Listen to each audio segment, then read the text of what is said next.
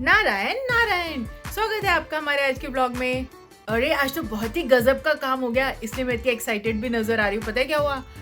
संदीप ने almost 15 years हो रहे हैं हमारी शादी को, पहली बार फोन पे व्हाट्सएप पे मैसेज करा कि कुछ पैसे ट्रांसफर करे और बोला कि अपने लिए कपड़े ले लेना। मैंने कहा है ये क्या हो गया, अपने लिए कपड़े ले लेना? आज तक तो कभी ऐसा नहीं हुआ। मतलब 15 साल में 2-3 बार ऐसा तो हो सकता है कि मैंने बोला कि भाई अब तुम मुझे कुछ दिलाओ, तुमने कुछ नहीं दिलाया मुझे। तो 15 साल में 2-3 बार संदीप मेरे साथ जाके मुझे कपड़े दिला लाए, वो तो हुआ है। पर ऐसा कभी नहीं कि खुद से पैसे ट्रांसफर कर दिए, जा तू ले ले अपने लिए कपड़े।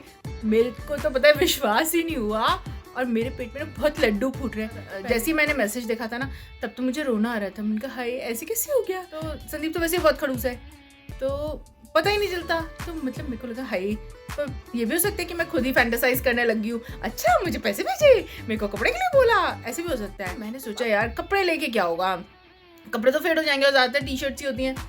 तो मैंने सोचा कि ऐसी चीज़ होनी चाहिए जो कि मैं हमेशा पहनूं, मोस्टली पहनूं। मैंने एक चीज़ सोच ली है, अभी मैं जाती हूँ उसको लेकर आती हूँ, फिर आपको दिखाती हूँ। अभी मैं जा रही हूँ सीपी, एक्साइटमेंट हो रही है। संदीप कहता है इसलिए मैं तुझे कुछ नहीं देता हूँ क्योंकि तू पागल हो जाती है फिर।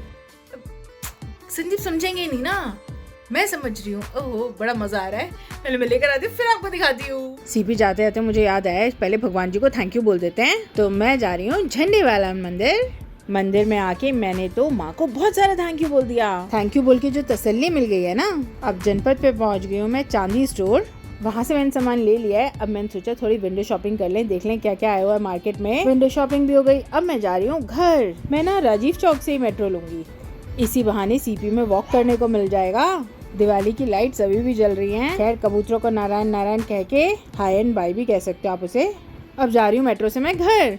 सुबह जो मैंने आपको गिफ्ट बताया था ना, वो मैं ले आई हूँ। अब दिखाती हूँ मैं आपको।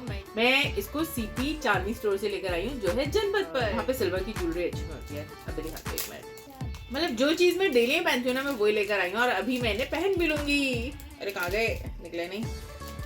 रुको रुको रुको, अटक गए। ये देखो देखो, ये इयररिंग्स लेकर आई हूँ मैं, एलिफेंट वाले। अभी पहन के दिखाती हूँ। वो पहले वाले फंस गए, वो निकल ही नहीं रहे हैं। एक्चुअली कान में जो वो होल है ना, वो बहुत छोटे हैं, तो थोड़ा सा दर्द हो जाती है। मैंने कभी हैंगिंग इयररिंग्स पहने नहीं, तो वो लंबे हुए ही नहीं। मैं ये सोच रही हूँ हाथी का मुंह अंदर होना चाहिए, बाहर होना चाहिए। कैसे आ रहे हैं? अच्छे डॉक्यूमेंट्स फोटो स्टेट करा कर आने हैं। मैं फटाफट से फोटो स्टेट करा कर आती हूँ, फिर ये लोग करेंगे पूजा शाम की। माँ बच्चा अपने एग्जाम्स की तैयारी कर रहा है। संकट के दिन चल रहे एग्जाम्स। नारायण नारायण। अब बारी है हमारी शाम की पूजा की।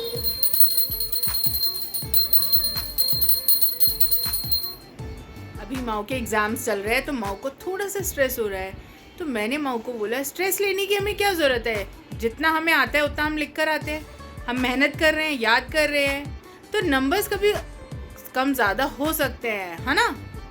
देखो अगर हमें ज़्यादा नंबर चाहिए तो हम ज़्यादा मेहनत करते हैं, अगर थोड़ा कम पढ़ते हैं तो थोड़े कम नंबर आते हैं। तो इसमें हमें घबराना नहीं है, जितनी हम मेहनत करेंगे उतना हमें फल मिल जाता है। पढ़ो जाओ और एग्ज़ाम दे दो, है ना। डरना क्यों है, हम क्यों डरेंगे भाई एग्जाम से। और घबराते नहीं है। माँ बच्चा हमारा रोने लग गया कि मेरे को ये याद नहीं है, पर माँ और मम्मा ने मिलके करा तो फटाफट से याद हो गया हमें, है ना। तो देखो सबसे ज़्यादा इम्पोर्टेंट क्या है, सबसे ज़्यादा इम्पोर्टेंट है आपका जो बिहेवियर है वो अच्छा होना चाहिए सबके साथ। हमें बुरी बातें नहीं बोलनी चाहिए, जैसे बड़ों को रिस्पेक्ट से बोलना चाहिए, किसी के साथ भी हमें मिसबिहेव नहीं करना चाहिए। सबसे पहले प्रायोरिटी यही है। और हमें रेगुलर स्कूल जाना चाहिए, छुट्टियां नहीं करनी चाहिए। मतलब हमें बिना मतलब छुट्टी नहीं करनी चाहिए। हमें रेगुलर स्कूल जा रहे हो ना, और टीचर्स जो कह रहे हैं आप वो सुन रहे हो, तो वो मोर देन सफिशिएंट है। और जो दूसरा बच्चा मिसबिहेव कर रहा होगा उसको भी कहना कि मिसबिहेव नहीं करना। देखो हम सबको तो नहीं सही कर सकते, है ना। कोई कर रहे है तो आप उसको इग्नोर कर दो, पर हमें खुद मिसबिहेव नहीं करना है। तो हमारी मेन प्रायोरिटी यही है कि हमें रेगुलर स्कूल जाना है। अगर हम स्कूल जाते हैं तो हमें सब कुछ जब टीचर बोलती हैं वही एग्ज़ाम में आता है और हम सुन लेते हैं। तो उसके लिए ज़रूरी नहीं मार्क्स बहुत अच्छे ही आए, आपने अगर लिखा है, आपको समझ में आता है, तो वो बहुत अच्छी बात है। ज़्यादा प्रेशर नहीं लेना है, रेगुलर स्कूल जाएं, पढ़ाई करें, बस यही करना होता है बच्चों को, इतना प्रेशर नहीं लेना। और मेन बात है एक्सपोजर होना।